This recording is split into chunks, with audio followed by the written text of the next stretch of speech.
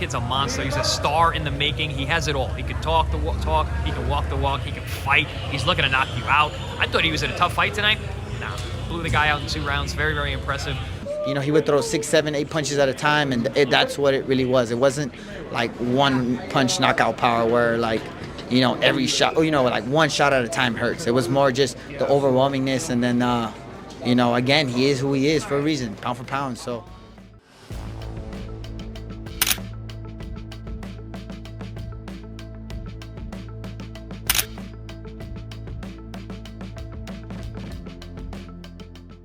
Every time Naoya Inoue steps into the ring, he adds another chapter to a legacy that's already bordering on mythical. But what he did to Ramon Cardenas, that wasn't just a win, that was a thunderous warning to the entire boxing world. He got clipped, he got dropped, and then he came back like a savage. With bad intentions in every shot, zero hesitation, and total control. This was the kind of performance that separates great fighters from legends. Inoue didn't panic. He recalibrated, hunted, and destroyed. He flipped the switch and reminded everyone why he's called the Monster. You can talk speed, power, footwork, but what he showed was deeper, championship heart and cold-blooded execution. There's no blueprint to beat him. There's no safe round. He's not just the king of the lower weights. He's one of the baddest fighters on the planet, period. This isn't hype. This is legacy, built punch by punch. The global boxing community reacted with a mix of shock, awe, and admiration. Analysts, fighters, and fans from all corners of the world chimed in with praise, calling the bout an instant classic and Inoue's comeback one of the most impressive in recent memory. Headlines labeled it the fight of the year, while others hailed Inoue as the pound-for-pound king. Social media exploded with respect for how he responded to adversity, getting dropped early only to adjust and destroy Cardenas by the 8th. Even those who doubted him now acknowledge that his blend of technical brilliance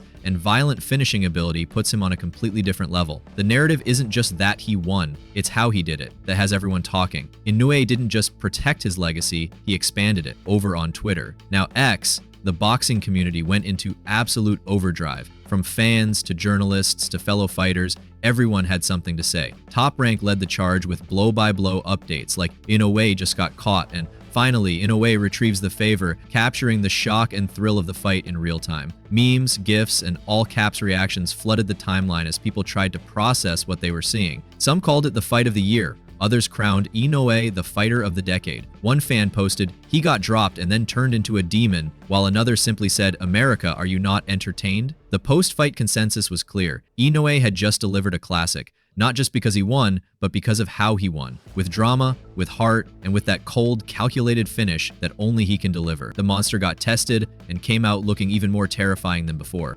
Ramon Cardenas came into this fight as a serious prospect. He had fast hands, good footwork, and a sharp offensive rhythm that worked against less disciplined fighters. But the reality is, none of that works when you're standing across from a fighter like Naoya Inoue. Cardenas tried everything: lateral movement, volume punching, mid-range counters, but Inoue was 2 steps ahead at every moment. Every time Cardenas tried to initiate an exchange, he got countered. Every time he tried to move out of range, Inoue cut him off. And when he tried to slow the pace, Inoue ramped it up. You could see the frustration building. You could see the shift in his body language. His breathing got heavier. His hands dropped, and by the 5th round, he was fighting in survival mode. It wasn't that Cardenas gave up, it's that he realized he was dealing with something different. A fighter who not only hit harder, but who thought faster, moved sharper, and refused to give an inch. So where does this performance sit in the grand scheme of things? Inoue is now the first male boxer in the 4-belt era to become undisputed in 2 weight classes. That alone is historic. But when you add the level of dominance, when you consider that he hasn't had a single close fight in years, it becomes clear that we're witnessing something truly special. In the past 18 months alone, Inoue has stopped Nonito Donaire in 2 rounds,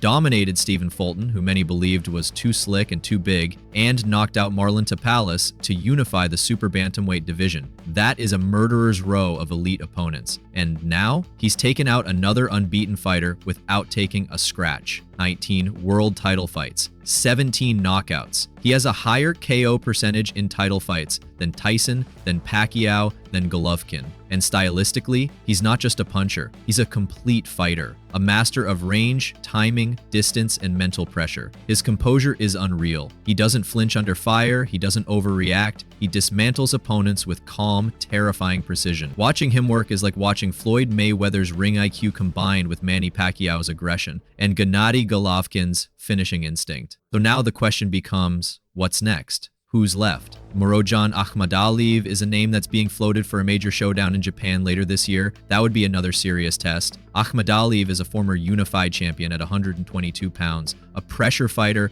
with a solid amateur pedigree. But stylistically, even he looks like food for Inoue. There's also talk of Inoue eventually moving up to featherweight, where new names like Robeisy Ramirez and Ray Vargas wait. But it's not just about belts anymore, it's about legacy. And Inoue is already building one of the most airtight resumes in modern boxing history. And then there's the pound-for-pound discussion. Terence Crawford hasn't fought in nearly a year. Alexander Usyk is tied up with the heavyweight division and past his physical peak. Canelo Alvarez has become more selective and inactive. Meanwhile, Inoue is taking the toughest fights, dominating elite champions and finishing them without question. If you care about skill, activity, dominance, and resume, it's hard to deny it. Naoya Inoue might be the best fighter on the planet right now. Naoya Inoue didn't just beat another opponent, he reinforced an undeniable truth. He is the most complete fighter in boxing today. Fast, precise, powerful, intelligent, and most importantly, ruthless when it matters. Ramon Cardenas was the next man up, and like all the others, he got sent home. Inoue isn't just a world champion, he's a generational destroyer. The kind of fighter that makes you rethink what's possible in the lower weight divisions. So whether you're a fan or a fighter, pay attention, because we're watching a once-in-a-lifetime career unfold in real time. The monster is here, and he's not going anywhere. If you think there's someone out there who can beat him, drop a name in the comments. But after what we saw against Cardenas, I wouldn't bet on anyone.